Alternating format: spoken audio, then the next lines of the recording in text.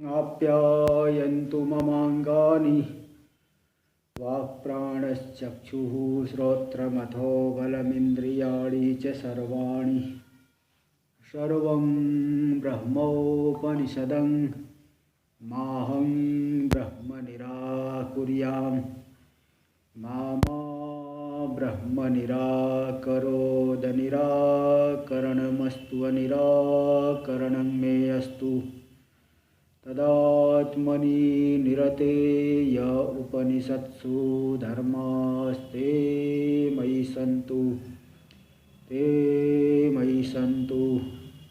ॐ शान्ति शान्ति शान्तिः। शङ्करं शङ्कराचार्यं केशवं बादरायणं सूत्रभाष्यकृतौ वन्दे भगवन्तौ पुनः पुनः। ईश्वरो गुरुरात्मेति मूर्तिभेदविभागिने व्योमवद्व्याप्तदेहाय दक्षिणामूर्तये नमः। ॐ शान्ति शान्ति शान्तिः। सामवेद की तलवकार शाखा की केनोपनिषद और हम लोग विचार कर रहे हैं। यहाँ पे चल रहा है प्रतिबोध विदितम मतम, इसका विचार आरंभ हुआ है। मतलब वाक्य भाष्य में द्वितीय खंड के चतुर्थ मंत्र का विचार। तो यहाँ पे शंका आई, अच्छा नालंबन पूर्वक, कि आत्मज्ञान से अमृतत्व की उत्पत्ति होती है क्या? क्योंकि अगर आत्मज्ञान से अमृतत्व की उत्पत्ति होगी तब तो मोक्ष अनित्य हो गया। ये तो इससे अच्छा तो हम कर्म करके ही स्वर्ग आदि जाए, फिर हम मुक्ति के चक्कर में क्यों पड़े? तो बोल दिए कि नहीं, ऐसी बात नहीं। न कथम तरही, बोले आत्मना विन्दते, आत्मना विन्दते वीर्यम, यानी स्वेनैव नित्य आत्म स्वभावेन अमृतत्वम विन्दते। स्व जो नित्य आत्म स्वभाव है, आत्मा हमारा स्वरूप ही ऐसा है कि उसमें कोई बंधन नहीं है। मुक्ति वो नित्य हमारा स्वरूप ही है, कोई अलग से लाना नहीं है। आवरण की को निवृत्ति करना है, इसके लिए ज्ञान की आवश्यकता होती है। इसलिए आत्मना विन्दते वीर्यम न आलंबन पूर्वकम, यानी किसी उपास्य की आलंबन लेकर के उपासना के द्वारा साध्य रूप से अमृतत्व की प्राप्ति नहीं होती, वो तो आत्मा का स्वभाव है। इसे यहाँ तक हुआ था। कथम तर्हि विन्दते इति प्रयोग इत्याकांक्षायां, फिर विन्दते विद धातु का प्रयोग कैसे कर दिए? विदृ लाभे विन्दते प्राप्त करता है, ऐसा कैसे कर दिए? प्राप्त करने वाली बात क्यों बता रहे हो? फिर अगर ऐसा है, हमारा स्वरूप है, तो प्राप्त करने वाली बात नहीं कहनी चाहिए। ऐसा क्यों कह रहे हो? ये जो है यहाँ पे शंका हो रही। इत्याकांक्षायाम, तो विन्दते का प्रयोग कैसे? पाता है, आत्म अमृतत्व की प्राप्ति करता है, प्राप्ति करता है, ऐसा क्यों बोल रहे हो? इत्याकांक्षायाम बता रहे आत्मविज्ञानापेक्षमिति। देख लीजिए भाष्य में प्रथम पंक्ति भी, विन्दते इति आत्मविज्ञानापेक्षम, अमृतत्व की प्राप्ति कर लेता है। ये प्राप्ति कर लेता मतलब आत्मविज्ञान की अपेक्षा से। जब तक आत्मविज्ञान नहीं हुआ है तब तक स्वरूप का अनुभव नहीं है। जैसे किसी के पहले के लोग जमीन में बहुत संपत्ति गाड़ करके रखते थे, निधि। अब कोई आदमी के पास पूर्वजों ने बहुत पैसा जमीन में गाड़ के रखा है, निधि, लेकिन उसको पता नहीं, बेचारा मारा मारा फिरता है। जब कोई बता देता है कि नहीं तुम्हारे पूर्वजों ने ऐसा पैसा गाड़ के रखा है, जमीन में निधि रूप से रखी है, तो किसी आप्त पुरुष से, जानकार पुरुष से उसको मालूम पड़ता है, फिर वह उसको प्राप्त कर लेता है। तो ऐसे आत्मविज्ञान से आवरण की निवृत्ति हो जाती है तो स्वरूप का अनुभव होता है। इसलिए कह दे कि विन्दते प्राप्त कर लेता है। वास्तव में प्राप्त क्या, पहले से ही है। अप्राप्त की प्राप्ति नहीं, प्राप्त की ही प्राप्ति है। टीका में देख लीजिए, आत्मविज्ञानेन मर्त्यत्व भ्रम निवृत्तिम अपेक्षा अमृतत्वम उपचर्यते। जब तक आत्मविज्ञान नहीं हुआ था तब तक अपने आप को मनुष्य क्या मानता है? मर्त्य मानता है, मरण धर्मा, मरने वाला, मैं मर जाऊंगा। तो इस तरह से जो मर्त्यत्व की भ्रांति है, भाई शरीर तो नष्ट होगा लेकिन हमारा स्वरूप कभी नष्ट नहीं होता है।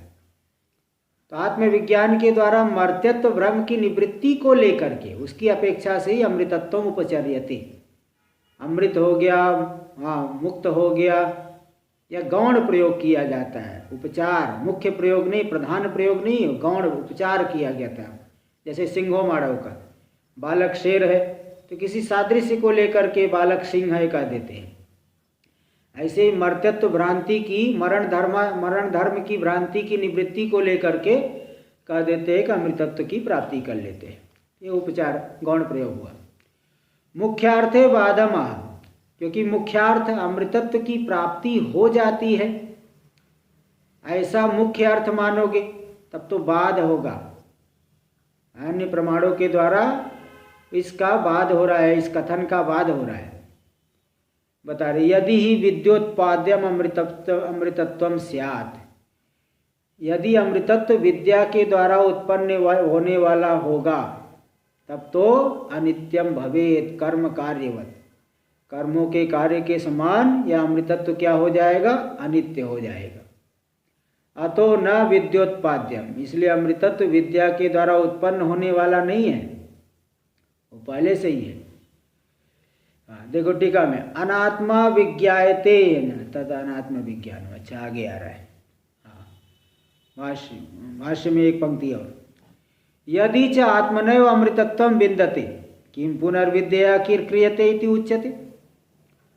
बोले भाई, यदि आत्मा के द्वारा ही स्वरूप से ही अमृतत्व की प्राप्ति होती है, स्वाभाविक ही अमृतत्व है, तो स्वाभाविक है अमृतत्व, फिर विद्या से क्या, विद्या का क्या मतलब? ज्ञान साधना हम क्यों करें? फिर ज्ञान साधना की क्या आवश्यकता है? क्यों हम श्रवण करें, मनन करें, गुरु को नमस्कार करें, सेवा करें, ये करें वो करें, दुनिया भर का जो है ऐसा क्यों बताते हो?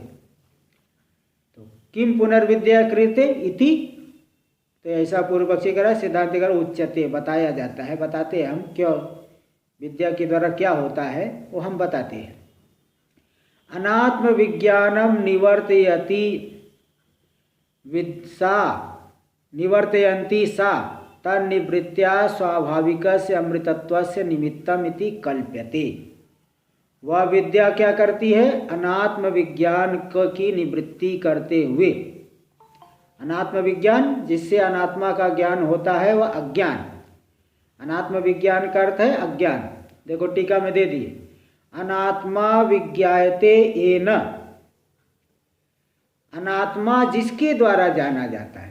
बताओ, अनात्मा ज्ञान दशा में बोध होता है कि अज्ञान दशा में? तो जिस अज्ञान के द्वारा अनात्म पदार्थों का बोध होता है तद अनात्म विज्ञान, वही अनात्म विज्ञान, यानी अनात्मा का बोध कराने वाला अज्ञान ही अनात्म विज्ञान शब्द से कहा गया। अनाद्य निर्वाच्यम आत्मा ज्ञानम इत्यर्थ, अनादि अनिर्वचनीय आत्मा का ज्ञान जिसके द्वारा अनात्मा का बोध होता है, ऐसा आत्मा के अज्ञान की निवृत्ति करती है विद्या। देखो वही भाष्य में दे रहे, अनात्म विज्ञानम निवर्तयन्ति सा।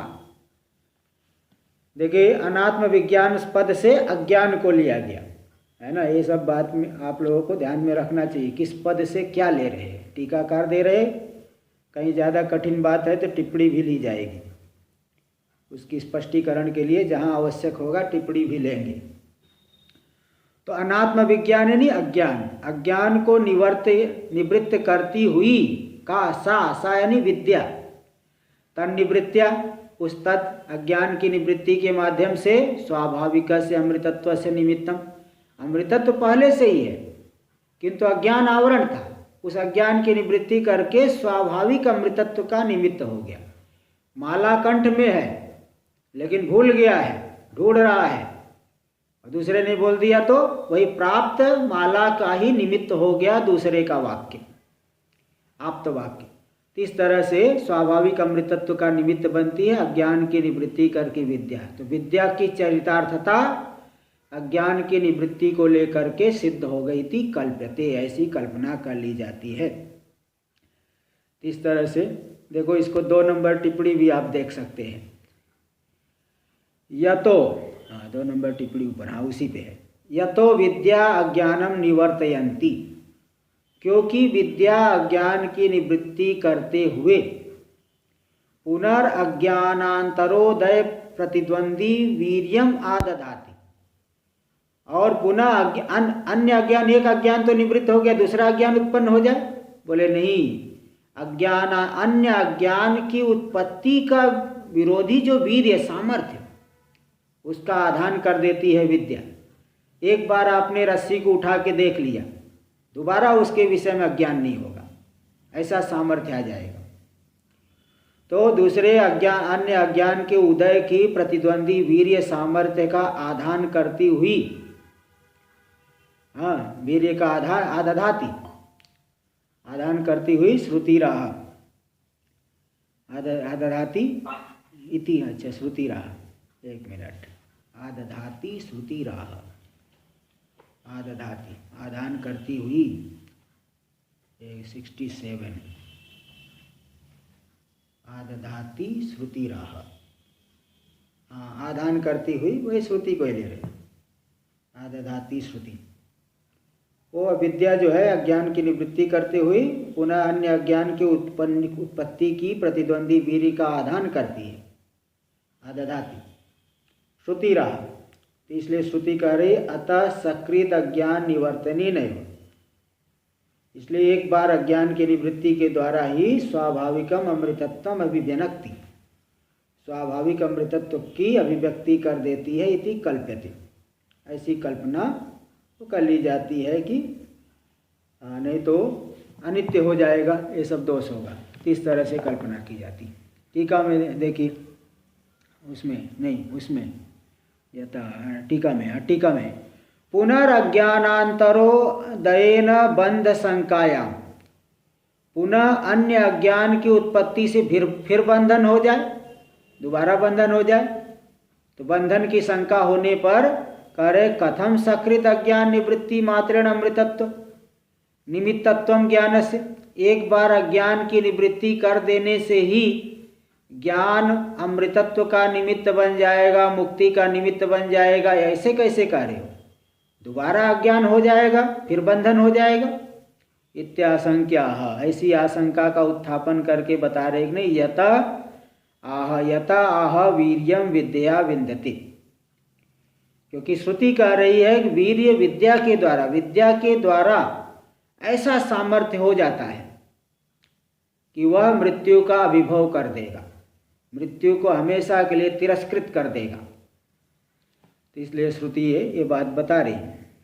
वीर्यम, देखिए उसका अर्थ दे रहे हैं, वीर्यम यानी सामर्थ्यम, अनात्माध्यारोप माया स्वांत ध्वांता नभिभ्याव्य लक्षणम, अनात्मा का अध्यारोप रूपी जो माया, अब मनुष्यत्व आदि का अभिमान रूपी जो माया है, वही माया जिस जो है माया मतलब स्वांत ध्वांत, वही जो जीवत्व का निमित्त अज्ञान, माया यानी वही जीवत्व का निमित्त अज्ञान, जिससे जो है व्यक्ति को स्व के अंत यानी परिच्छेद का अनुभव होता है, उसके द्वारा अनभिभाव्य लक्षणम बलम, उस अज्ञान से अभिभूत नहीं होने वाला जो बल, ऐसा नहीं कि अज्ञान के द्वारा वह सामर्थ्य दब जाएगा, विद्या का सामर्थ्य अज्ञान को ही दबा देगा, अज्ञान को ही तिरस्कृत कर देगा। इसलिए उस अज्ञान से अनभिभूत, जो अभिभूत नहीं, दबता नहीं, तिरस्कृत नहीं होता, उस प्रकार का बल विद्या विन्दते, विद्या से प्राप्त हो जाता है। देखिए इस पद का जो लंबा है दे स्वांत ध्वांत, उसका यहाँ टीका में दे रहे, विग्रह दे रहे, स्वस्य अवच्छेदो भवति येन ध्वांतेन, ध्वांत का अर्थ होता है अंधेरा, लेकिन यहाँ पे लेना अज्ञान, अज्ञान रूपी अंधकार, स्व का परिच्छेद हो जाता है जिस अज्ञान से। जीव व्यापक है, सत्यम ज्ञानम अनंतम ब्रह्म, ब्रह्म रूप है, लेकिन अज्ञान के द्वारा अपने आप को 3.5 हाथ का मान रहा है। जितना बड़ा शरीर है उतना ही बड़ा अपने आप को मान के रखा है। तो स्व का अंत यानी अवच्छेद हो गया जिस अज्ञान के द्वारा, तत्स्वांत ध्वांतम, वही अज्ञान है स्वांत ध्वांत, यानी स्व को परिच्छिन्न बनाने वाला। स्वांत ध्वांत का मतलब हो गया स्व को परिच्छिन्न बनाने वाला अज्ञान। अनात्माध्यारोप, और अनात्मा का अध्यारोप क्या है? मनुष्यत्वादि अभिमान, मैं मनुष्य हूँ, मैं पुरुष हूँ, मैं स्त्री हूँ, ये है अनात्मा का अध्यारोप। भाई ये शरीर को लेकर के कहेगा पुरुष हूँ, स्त्री हूँ। अनात्मा का अध्यारोप यानी मनुष्यत्वादि का अभिमान। पारमेश्वरी शक्ति है माया। माया यानी पारमेश्वरी शक्ति, परमेश्वर की जो शक्ति है, परमेश्वर की उपाधि भूता, शुद्ध सत्व प्रधानता वाली त्रिगुणात्मिका, ये है माया। और स्वांत ध्वांत, जीवत्व निमित्तम अज्ञानम स्वांत ध्वांतम, जीवत्व का निमित्त जो अज्ञान है वही स्वांत ध्वांत है। ये जो माया है, अज्ञान है, एक ही बात है। वो थोड़ा सा सत्व गुण और की उत्कृष्टता और निकृष्टता को लेकर के कह देते, वैसे तो माया और अविद्या 2 रूप में वही हो जाती है। ये 7 नंबर टिप्पणी में आप देख सकते हैं, 7 नंबर टिप्पणी दी है। जीवत्व निमित्तम अज्ञानमिति, जीवत्व उपाधि अविद्या, जीव भाव की उपाधि क्या है? किस उपाधि को लेकर के चैतन्य में जीव भाव आया? वह उपाधि है अविद्या। अविद्या क्या है? मलिन सत्व प्रधानम प्रकृतेरेव रूपांतरम, जो मूल प्रकृति है उसी प्रकृति का ही एक रूपांतर है अविद्या, जो कि मलिन सत्व की प्रधानता वाली, मलिन सत्व गुण की प्रधानता वाली वो प्रकृति है, वही है अविद्या। प्रकृति का रूपांतर है। माया च अविद्या च स्वयमेव भवति इति श्रुते, इसमें क्या प्रमाण है? देखो आया माया, वो आया है माया च विद्या च स्वयमेव भवति। ये जो है ऐसा है, पूर्व की पंक्ति भी एक आती है, माया च विद्या च स्वयमेव भवति। तो स्वयं माया और अविद्या स्वयं एक प्रकृति ही हो जाती है, यानी उसका 2 रूप हो जाता है। तो जीवत्व, जीव भाव का निमित्त अज्ञान, ये स्वांत ध्वांत शब्द से लिया गया। एतय सर्वैर अभिभवनीयो न भवति आत्मा येन विद्याकृतेन अतिशयन। तो बोले इतने माया और अज्ञान इन सब से जो है अभिभूत आत्मा क्यों नहीं दबे, आत्मा दबेगा क्यों नहीं, अभिभूत क्यों नहीं होगा? तो बोल रहे एक देखिए, इन एतय सर्व, ये सभी के सभी, तीनों के द्वारा, 3 बता दिए। एक तो अनात्मा का अध्यारोप, दूसरा है माया, तीसरा अज्ञान। इन तीनों के द्वारा आत्मा अभिभूत नहीं होता जिस विद्या के द्वारा किए गए अतिशय से। ज्ञान के द्वारा एक ऐसा सामर्थ्य प्राप्त होता है कि जीव की जो है चेतन आत्मा इन तीनों के द्वारा अभिभूत नहीं होता, दबता नहीं। किन तीनों के द्वारा? बता दिए कि अनात्मा का अध्यारोप, माया और अज्ञान। तो जिस विद्याकृत अतिशय के द्वारा, सामर्थ्य के द्वारा दृढ़ निश्चय मैं ब्रह्म रूप हूँ, ऐसी इस निश्चय के द्वारा आत्मा इन अज्ञान आदि से दबता नहीं है, अभिभूत नहीं होता। तद वीर्यम विद्वान लभते, उस वीर्य को, सामर्थ्य को विद्वान ज्ञानी पुरुष, ज्ञान के बल से ऐसा सामर्थ्य आता है, दृढ़ निश्चय हो जाता है कि मैं ब्रह्म रूप हूँ।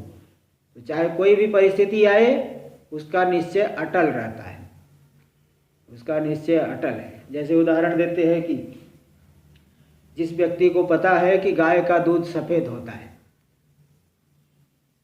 उससे उसका गला दबा के बोलो कि नहीं तू बता, बोल दे गाय का दूध काला है, लिख के दे दे गाय का दूध काला होता है, कृष्ण वर्ण का होता है। वो बोलेगा भाई लिख भी दूंगा तो भी वो गाय का दूध कभी काला नहीं होगा, वो सफ़ेद ही होता है। इसी प्रकार जब दृढ़ निश्चय हो गया कि मैं ब्रह्म रूप हूँ, मुझ में कोई संसार नहीं है, तो माया विद्या इनके द्वारा दबता नहीं, बल्कि माया विद्या का नाश ही हो जाता है। इसलिए विद्वान लभते, तद वीर्यम विद्वान लभते। पूर्व सिद्धस्य अतिशय मतलब यही देखो दे दिए ना 9 नंबर टिप्पणी में, आगे मैं बता चुका हूँ। अतिशय मतलब दृढ़ निश्चय। देख लीजिए 9 नंबर टिप्पणी, सच अनुपदम एवं वक्षमाणा वष्टम्भ रूप। अनुपदम यानी शीघ्र, अभी बताएंगे, अभी बता देंगे कि वक्षमाण अवष्टम्भ यानी दृढ़ निश्चय। अगले 69 पेज पे आ रहा है। अवष्टम्भ यानी पक्का विश्वास, दृढ़ निश्चय। अवष्टम्भ दृढ़ निश्चय, यही अतिशय से लेना है। मैं बोल दिया था उसका अर्थ दृढ़ निश्चय। पूर्व सिद्धस्य, हाँ ये हो गया, पूर्व सिद्धस्य अज्ञान आदेर नाशात। पूर्व सिद्ध जो अज्ञान आदि उसका तो ज्ञान के द्वारा नाश हो गया। और मायायाश्च स्वतो जीव बंधकत्वाभावात्, माया तो ईश्वर की उपाधि है, स्वतः जीव का बंधन। बिना अज्ञान के माध्यम, देखो माया कभी भी जीव को बंधन में डालेगी अज्ञान के माध्यम से। अब अज्ञान ही नष्ट हो गया तो स्वाभाविक रूप से माया जीव को बंधन में नहीं डालती। हाँ देखो, इसीलिए पंचदशी माया है, 2 प्रकार की सृष्टि, जीव सृष्टि और ईश्वर सृष्टि। ईश्वर ने तो पंचभूतात्मक जगत बना दिया, पृथ्वी जल तेज वायु आकाश। इन 5 भूतों से पूरा का पूरा संसार, शरीर हो चाहे लोक हो, अन्नपान हो, जितने भी भोग्य पदार्थ है और जितना शरीर आदि है सब 5 भूतों से बना है। इसलिए इस पूरे के पूरे संसार में कहीं विषमता है नहीं, कोई विषमता नहीं। सब के सब शरीर आदि 5 भूत से ही बने हुए। लोक, लोकपाल, लोक आदि सब जो है 5 भूतों से ही बने हुए। तो विषमता कहाँ है बताओ। लेकिन जीव का जो है भोग्यत्वाकार है, या मेरी पत्नी है, मेरे पति है, मेरे पुत्र है, या मेरा ऐसा है, वो है, ये है, ये जो नाना प्रकार का वासनाओं से आकार दे रखा है, इसी आकार की वजह से दुख मिलता है। इसलिए माया कभी भी जीव सृष्टि के बिना, जीव जो आकार देगा, नाना प्रकार की अपेक्षा रखेगा, और अपेक्षा से ही व्यक्ति दुखी होता है।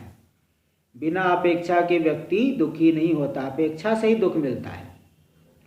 इसलिए यही बता दिए कि पूर्व सिद्धस्य अज्ञान आदेर नाशात मायायाश्च स्वतो जीव बंधकत्वाभावात्। माया स्वाभाविक रूप से जीव को बंधन में नहीं डालती, अज्ञान के माध्यम से डालती। जीव सृष्टि जो अलग अलग मन में आकार आ गया, पिता है, पति है, पुत्र है, ये है, वो है, नाना प्रकार की अपेक्षा हो गई तो वो दुख मिलेगा। इसमें उदाहरण देते, जैसे कोई एक स्त्री का शरीर है, पति को जो है प्रिय लगता है, मेरी पत्नी है, कोई भाई कहेगा बहन है, कोई दूसरा जो है कामी पुरुष कहेगा ये कामिनी है, कोई योगी देखेगा ये तो हाड़ मांस का पुतला है, कोई शेर बाघ देखा तो उसको जो है तो मेरा भोजन है। ऐसे मतलब नाना प्रकार का ये जो आकार हो गया। लेकिन तत्व दृष्टि क्या है, जैसे योगी ने देखा है कि तो हाड़ मांस का पुतला है, ये 5 भूतों का एक पिंड है। तो तात्विक दृष्टि से अगर देखा जाए तो बंधन नहीं होगा, अज्ञान के माध्यम से ही बंधन होता है। इसलिए स्वतो जीव बंधकत्वाभावात् अभिनवस्य अज्ञानस्य उत्पत्तौ कारणाभावात्। अभिनव जो नूतन अज्ञान, एक बार स्वरूप का ज्ञान हो गया, अज्ञान नष्ट हो गया, तो नए अज्ञान की उत्पत्ति, दोबारा जो है अज्ञान की उत्पत्ति नहीं होती। अज्ञान एक बार नष्ट हो गया स्वरूप विषयक, तो वो दोबारा उत्पन्न नहीं होता।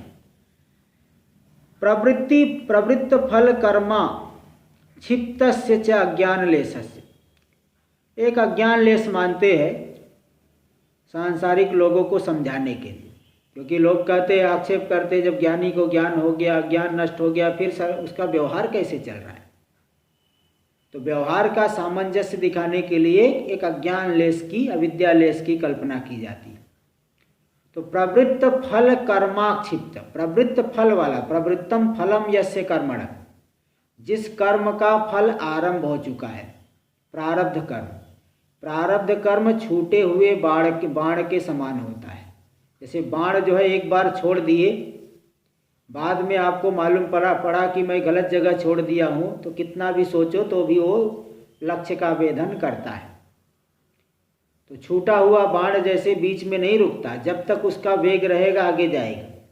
इसी प्रकार प्रारब्ध कर्म है, एक बार आरंभ हो गया तो ज्ञान हो जाए बीच में तो भी वो शरीर जब तक प्रारब्ध कर्म रहेगा तब तक उसके वेग से शरीर चलेगा। इसलिए प्रवृत्त फल वाला जो कर्म है प्रारब्ध कर्म, प्रारब्ध कर्म से आक्षिप्त हो रहा है अज्ञान लेश। प्रारब्ध कर्म से आक्षिप्त हो गया अज्ञान लेश की, अज्ञान लेश मानना पड़ेगा तभी प्रारब्ध कर्म फल दे पाएगा, बिना उसके नहीं दे पाएगा, इसलिए मानना पड़ेगा। तो जो अज्ञान लेश है और द्वैताभास, और जब तक शरीर रहेगा ऐसा नहीं ज्ञानी जो है गड्ढे में गिर जाएगा, कहीं उसको सब जगह एक ही ब्रह्म दिख रहा है, कहीं गड्ढे में गिर जाएगा, कहीं रोड पार नहीं कर पाएगा, क्योंकि ज्ञानी को तो सब एक जैसा दिखेगा। अंधे जैसा हो जाए क्या? अंधे जैसा नहीं हो जाएगा। द्वैत बाधित रूप से प्रतीति होगी, बाधित प्रतीति होगी, दिखेगा। जैसे स्वप्न का प्रपंच जागृत में आए तो स्वप्न का प्रपंच कैसे मालूम पड़ रहा है? एकदम बाधित रूप से मालूम पड़ रहा है। इसी प्रकार द्वैत का अवभास होगा बाधित रूप से। द्वैतोभासस्य च विद्वद अनविभावकत्वात्, वह विद्वान को दबा नहीं सकता, विद्वान के ज्ञान को तिरस्कृत नहीं कर सकता, इसलिए दुर्बलत्वात्, तो बहुत दुर्बल रहता है। द्वैत का जो प्रतिभास है ज्ञान होने के बाद दुर्बल है, वो बंधन में नहीं डालेगा, विद्या की अपेक्षा दुर्बल, इसलिए निश्चीयते सम्यक ज्ञान से अमृतत्व हेतुत्व, इसलिए निश्चय हो गया कि सम्यक ज्ञान अमृतत्व का हेतु है, एकदम निश्चित निर्धारित हो गया। सम्यक ज्ञान हो गया तो अमृतत्व मिल ही जाएगा, ये बात एकदम पूरी तरह से सिद्ध हो गई। अब इसमें शंका नहीं करना। देखिए भाष्य में पेज नंबर 67 थोड़ा रह गया। तच्च किम विशिष्टम, वो जो बल है किस प्रकार का है, किस प्रकार का, किस विशेषण वाला, कैसा बल है? अमृतम अविनाशी, अविनाशी, अविद्या जम ही वीर्यम विनाशी, अज्ञान से जन्य जो सामर्थ्य होता है, जैसे किसी को धन को लेकर के अभिमान है, वस्तुओं को लेकर के अभिमान है, सहायकों को लेकर के अभिमान है, वो जो सामर्थ्य है विनाशी होता है। अविद्या दशा वाला जो वीर्य है सामर्थ्य विनाशी होता है। और विद्या अविद्या बाध्यत्वात्, क्योंकि विद्या के द्वारा विद्या बाधित होगी, इसलिए अविद्या जनित सामर्थ्य भी विनष्ट हो जाएगा। न तो विद्या बाधको अस्ति, किंतु विद्या का बाधक दूसरा कोई नहीं है। देखिए टीका में, ननु विद्याजम चेत कथम अविनाशी, अगर वो सामर्थ्य ज्ञान से जन्य है तो अविनाशी कैसे है? जो जो उत्पन्न होता है विनष्ट होता है। ज्ञान से जन्य सामर्थ्य अगर ज्ञान से जन्य हुआ तो अविनाशी कैसे है? वो तो जन्य है तो विनष्ट होगा, क्योंकि कृतकस्य विनाशित्वा, जो कार्य रूप है वह विनाशी होता है। कृतकस्य विनाशित्व नियमात् इत्याशंक्याः, ऐसी आशंका को उत्थापन करके समाधान दे रहे। न तो विद्यायाः बाधको अस्ति, भाष्य में प्रथम पंक्ति, विद्या का बाध करने वाला कोई है नहीं। इति विद्याजम अमृतम वीर्यम, इसलिए विद्या से जन्य जो वीर्य है सामर्थ्य है अमृत स्वरूप है। वो जो अमृतम नष्ट होने वाला नहीं, वो हमेशा रहेगा, उसका जो है कभी दृढ़ निश्चय हटेगा नहीं, वो निश्चय हमेशा एक जैसे रहेगा। देखिए आगे अथवा करके देंगे आगे, पहले भाष्य को देख लीजिए। अतो विद्या अमृतत्व निमित्त मात्र भवति, इसलिए ज्ञान अमृतत्व में निमित्त मात्र हुआ, अज्ञान की निवृत्ति करके। नायम आत्मा बलहीनेन लभ्य इति चाथर्वणे, अथर्ववेद की उपनिषद मुंडक उपनिषद में आया है, नायम आत्मा बलहीनेन लभ्य, यह आत्मा बल से रहित जो विषयों का तिरस्कार करना रूपी बल जिसके अंदर नहीं है।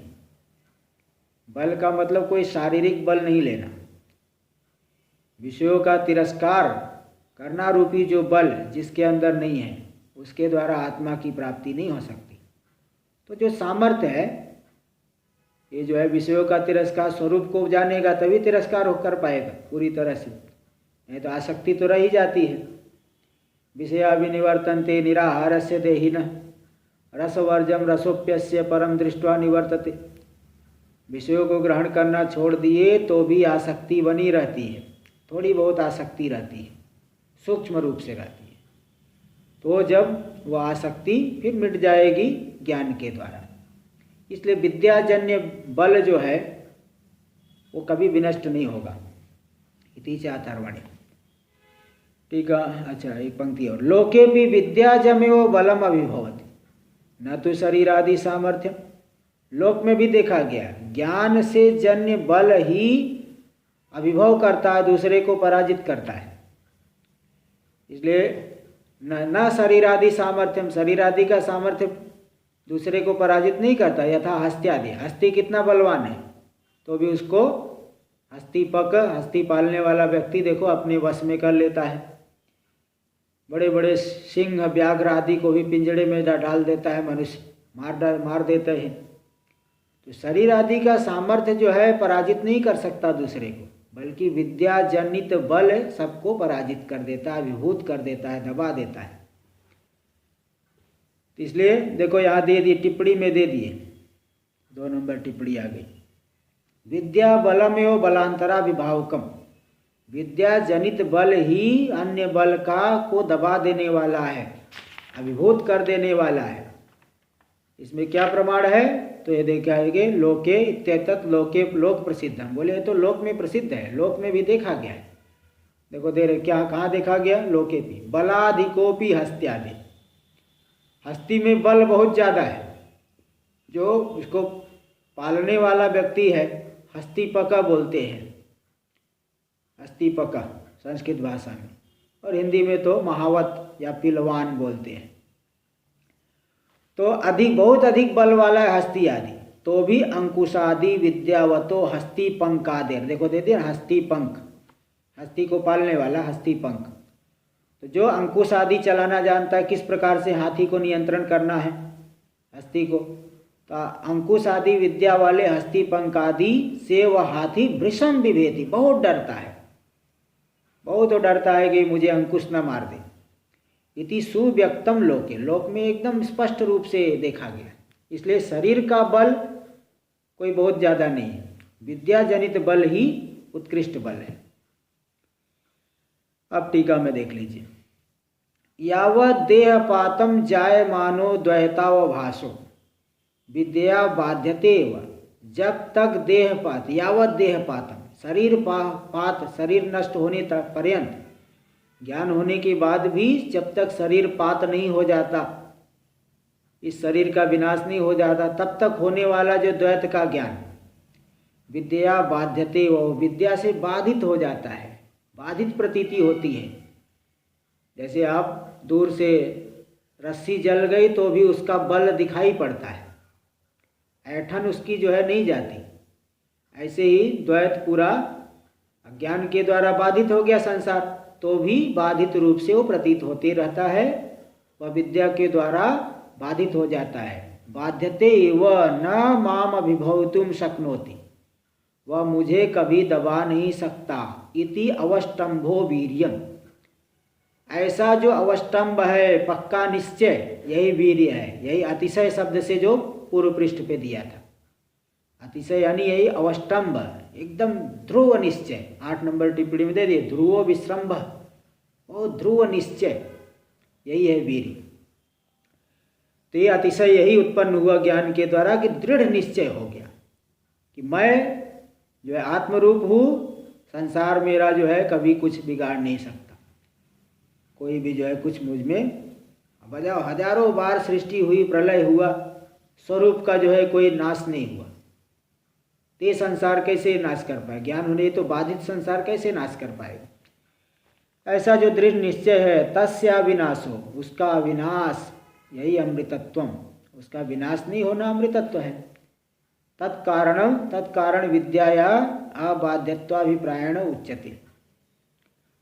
तो ये अमृतत्व क्यों कहा जाता है, उसका विनाश नहीं अमृतत्व है, क्योंकि उसका कारण जो विद्या वह बाधित नहीं होती। इसलिए कहा दिया कि उस वीर्य का कभी नाश नहीं होता है, क्योंकि ज्ञान बाधित नहीं होता है, निश्चय बाधित नहीं होता।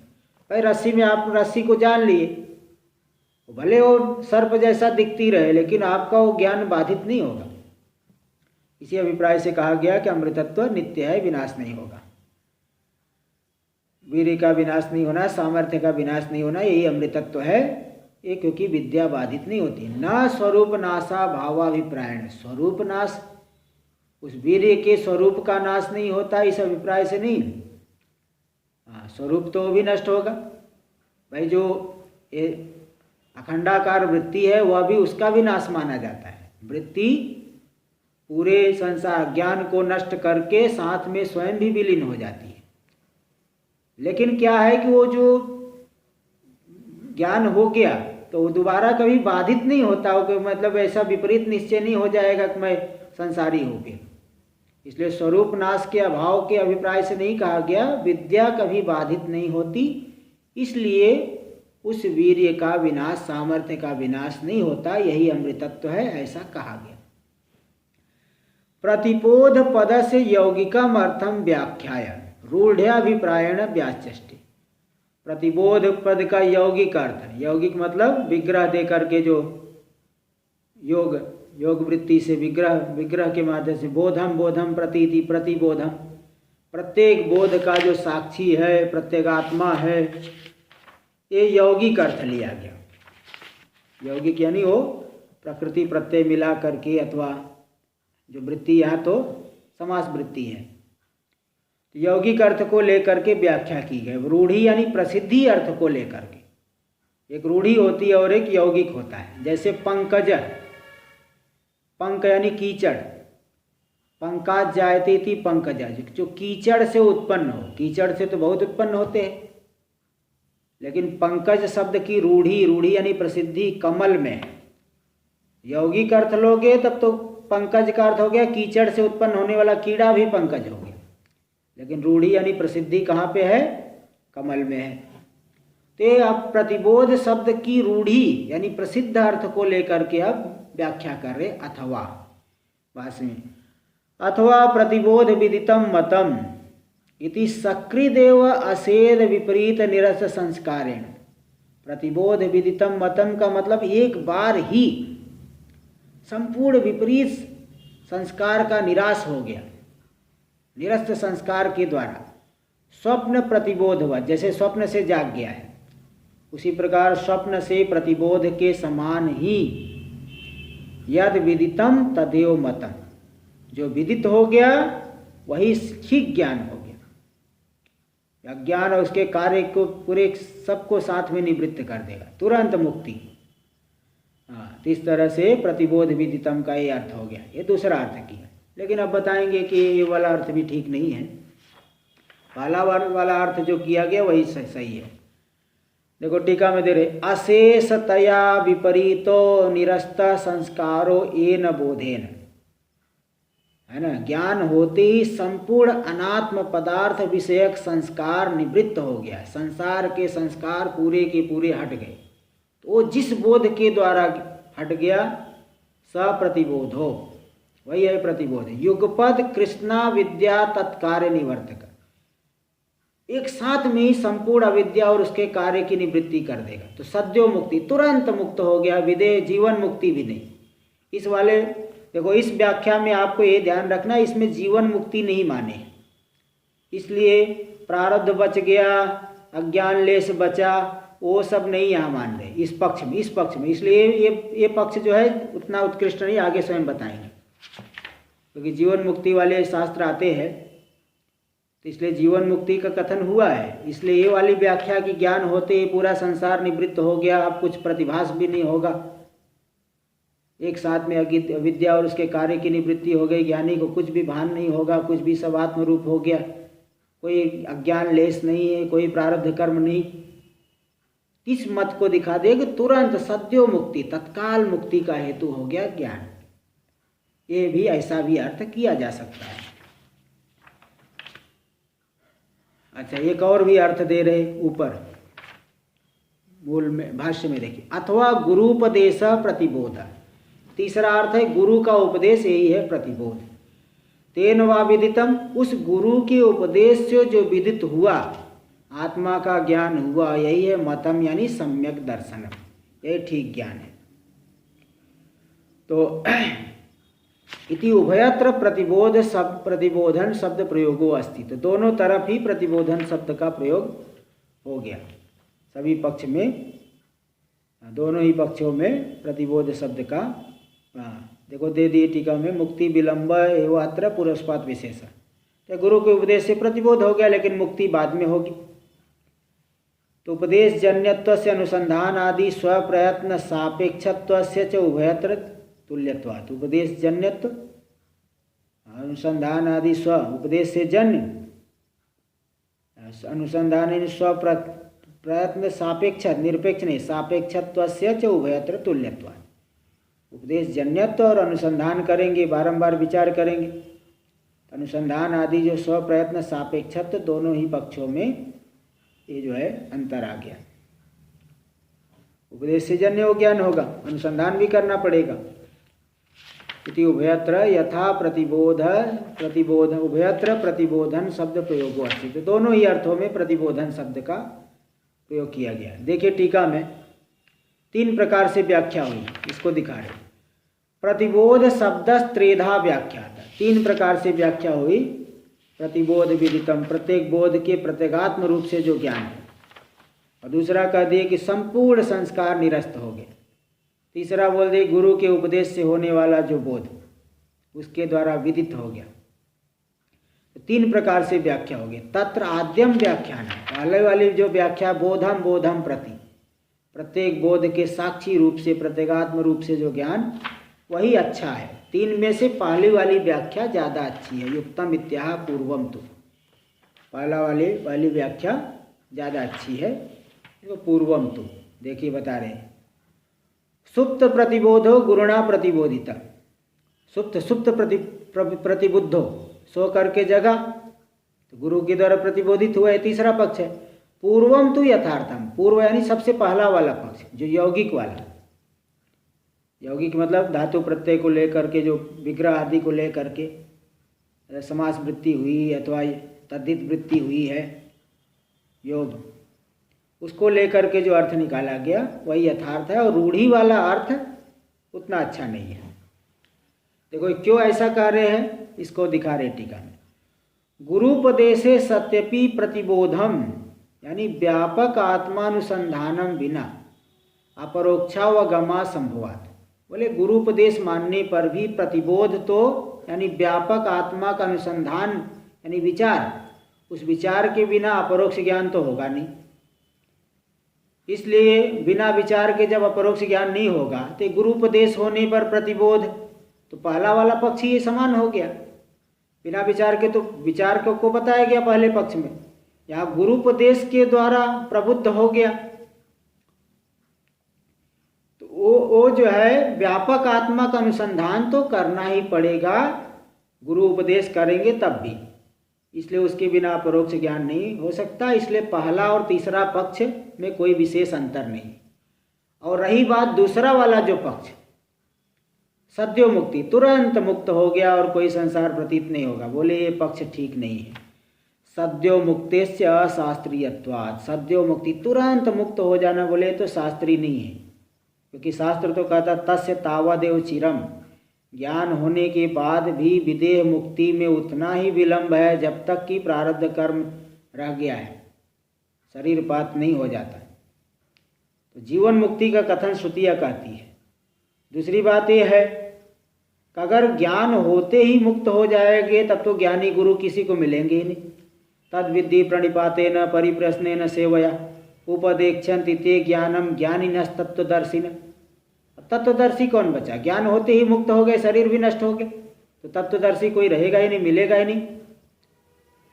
तो गीता आदि में जो कहे है अथवा उपनिषद में आया, हाँ तमेतम वेदानुवचने ब्राह्मणा, नहीं उसको आया कि जो है श्रोत्रियम समित पाणी श्रोत्रियम ब्रह्मनिष्ठम, वो जो है जान करके श्रोत्रिय समित पाणी हो करके श्रोत्रिय ब्रह्मनिष्ठ गुरु के पास जाए।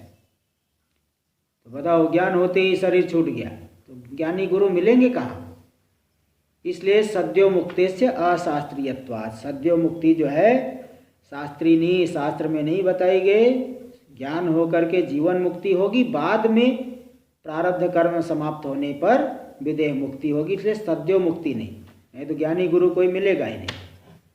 इसलिए पहला पक्ष ही ठीक है। प्रत्येक बोध के प्रत्यगात्म रूप से जो आत्मा का ज्ञान है वही प्रतिबोध विदित मत, प्रतिबोध विदितम वही मतम यानी सम्यक ज्ञान है। ये प्रथम पक्ष ही ज़्यादा अच्छा है। चतुर्थ पूरा हुआ। यह चेद अवेदित इत्यादि वाक्यार्थम संगृहीतम विवृणोति। भाष्य में पहले देख लीजिए। यह चेद अवेदित इति अवश्य कर्तव्यता उक्तिर विपर्य विनाश श्रुति। इस मनुष्य शरीर के रहते हुए ही यदि जान लिया, यदि यहाँ पे यदि इस शरीर रहते हुए जान लिया तो अथ सत्यमस्ति, तब उसका जीवन सार्थक हो गया। मतलब अवश्य इस मनुष्य शरीर में रहते रहते ही प्रयत्न करना है, प्राप्त कर ही लेना है। अवश्य कर्तव्यता का कथन किया जाए। विपर्य विनाश होते, क्योंकि अगर प्रयत्न नहीं करेगा तो नो चेद अवेदित महती विनष्टि, अगर स्वरूप को नहीं जान पाए तो महान विनाश हो जाएगा। इसलिए शरीर रहते रहते ही अवश्य ज्ञान की प्राप्ति करनी है। विपर्य नहीं विपर्य नहीं, विपरीत ऐसा करोगे नहीं करोगे तो विनाश कहा गया है। ये संग्रह भाष्य, इसका विवरण करेंगे टीका में। देखिए पहले, ई चेद अवेदित इत्यादि वाक्यार्थम संगृहीतम, ये जो वाक्य के अर्थ को संग्रह रूप से बताया गया उसका विवरणोति, विवरण कर रहे। यह मनुष्य जन्मनि, भाष्य में, यह मनुष्य जन्मनि सत्यम सती अवश्यम आत्मा वेदितव्य। मनुष्य जीवन रहते रहते अवश्य आत्मा को जान लेना चाहिए। तेतद विधीयते, ऐसा विधान किया जा रहा है। जब तक जीवन है आत्मा को जान ही लेना चाहिए प्रयत्न करके। कथम, कैसे कह रहे हो? कथम यह चेद अवेदित विदितवान, तो यदि सत्यम, देखो टिप्पणी में दे दिए कथम यह चेद, कथम कैसे, तो कैसे क्या विधान किया जाए? यह चेद अवेदित यानी विदितवान, यदि इस मनुष्य शरीर में ही रह गया, यही विधान किया जा रहा है। यदि सत्यम अवेदित अथ तदा, तब तो जो है यदि सत्यम अवेदित अथ तदा अस्ति, यदि जान लिया तो सत्य हो गया। अच्छा, यही दे दिए। तो मतलब ये मनुष्य जीवन में ही होते ही अवश्य आत्मा को जानना चाहिए, इसका विधान किया जा रहा है। कथम यानी कैसे विधान कर रहे? तो यह चेद अवेदित यानी विदितवान, इस मनुष्य जीवन में ही अगर जान लिया तब तो सत्य हो गया। अथ सत्यम, तब तो सत्य हो गया, मतलब परमार्थ तत्वम अस्ति अवाप्तम, परमार्थ तत्व उसकी अवाप्ति हो गई, प्राप्ति हो गई, प्राप्त हो गया। तो तस्य जन्म सफलम इति अभिप्राय है। कुल मिला के कहना यही चाहते कि उसका जन्म हो गया सफल, जिसने आत्मा को जान लिया। न चेदिहा वेदित, और अगर नहीं जान पाया तो क्या होगा? न विदितवान, नहीं जाना तो वृथैव जन्म, तब तो मनुष्य जीवन व्यर्थ हो गया। पशु के समान आहार निद्रा भय मैथुन, इन्हीं में जीवन बीत गया तो व्यर्थ हो गया। अपीच महती विनष्टि, दूसरी बात महान विनाश भी हो गया।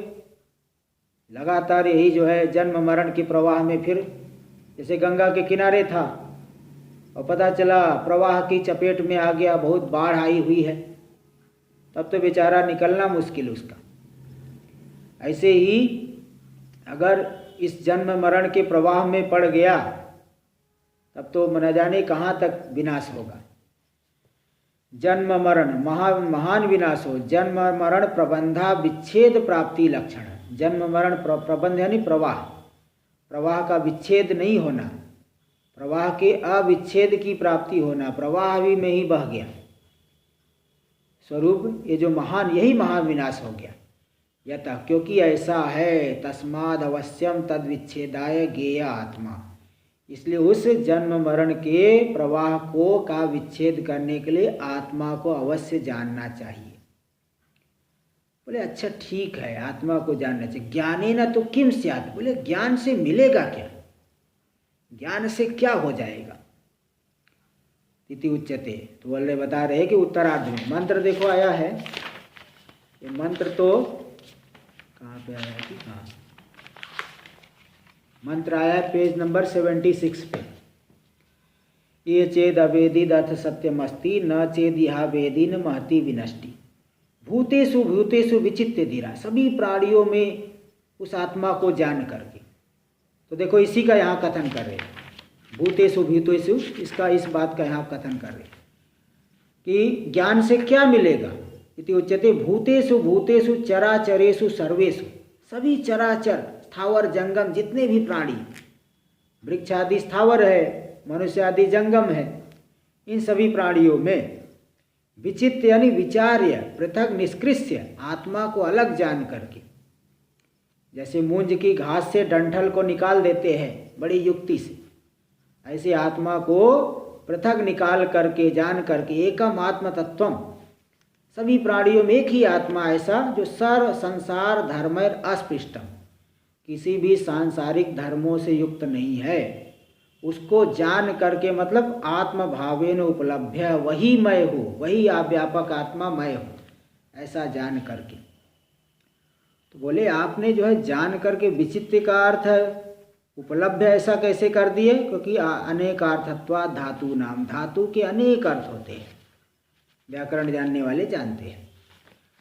न पुनश्चित्वा इति संभवती, चयन करना, चयन का मतलब विचार, विचित्र यानी चयन करना। चयन याग में क्या होता है कि वो ईंटों को ऊपर नीचे रख करके वेदी बनाते हैं। बोले यहाँ वेदी, यहाँ कौन सी वेदी बनानी है, इसलिए चित्वा का अर्थ है, विचित्र का अर्थ है उपलब्ध, आत्मभावेन उपलब्ध, क्योंकि वह वो अर्थ लोगे कर्मकांड वाला, चित्वा चयन करना, ईंट ऊपर नीचे रखना, तो विरोध हो रहा है, विरोधात। देखो टीका में दे दी, एकस्मिन् निरंसे चिन्मात्रे चयनस्य चित्व विचित्र यानी चयन करके। चयन का मतलब होता है ऊर्ध्वाधे अधोदेश निवेशनस्य, इष्ट का नाम ईट, ईट जैसे एक ईट नीचे रख दी, एक ईट ऊपर रख दी, ऊपर नीचे ईट रख करके वेदी बनाते हैं। ये जो चयन है ऊपर नीचे रखना, तो एक चिन्मात्र जो निरंश आत्मा में ऐसा चयन नहीं बन सकता, वो तो कर्मकांड में होता है। इसलिए चयन का अर्थ है यहाँ आत्मा को जान करके।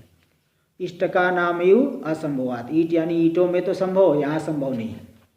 तो जान करके क्या मिलेगा, भाष्य में देखिए, धीरा यानी धीमंतो, विवेकिनो विनिवृत्त बाह्य विषयाभिलाषा, बाह्य विषयों की अभिलाषा से रहित होकर के, प्रेत यानी मृत्वा यानी अस्मात् लोका शरीरादि अनात्म लक्षणात्, मर करके, मतलब शरीर अनात्मा शरीर आदि से अहंकार ममकार को छोड़ करके, संपूर्ण तादात्म्य को छोड़ करके, व्यावृत्त ममत्वा अहंकारा, ममता और अहंकार को छोड़ करके क्या हो जाते, अमृता यानी अमरण धर्माणो, अमर हो जाते हैं, अमर धर्म वाले अमृतत्व को प्राप्त कर लेते हैं। नित्य विज्ञान अमृतत्व स्वभावाय भवन्ति, नित्य विज्ञान अमृत स्वरूप ही हो जाते हैं, अनात्मा से अनात्मा को बाधित कर देते हैं ज्ञान के द्वारा।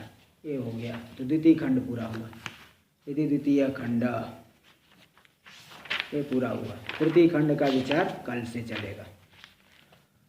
ओम आप्यायन्तु ममांगानि वाक्प्राणश्चक्षुः श्रोत्रमथो बलमिन्द्रियाणि च सर्वाणि, सर्वं ब्रह्मोपनिषदं माहं ब्रह्म निराकुर्यां, मा ब्रह्म निराकरोद, निराकरणमस्तु निराकरणं मे अस्तु, तदात्मनि निरते य उपनिषत्सु धर्मास्ते मयि सन्तु, ते मयि सन्तु।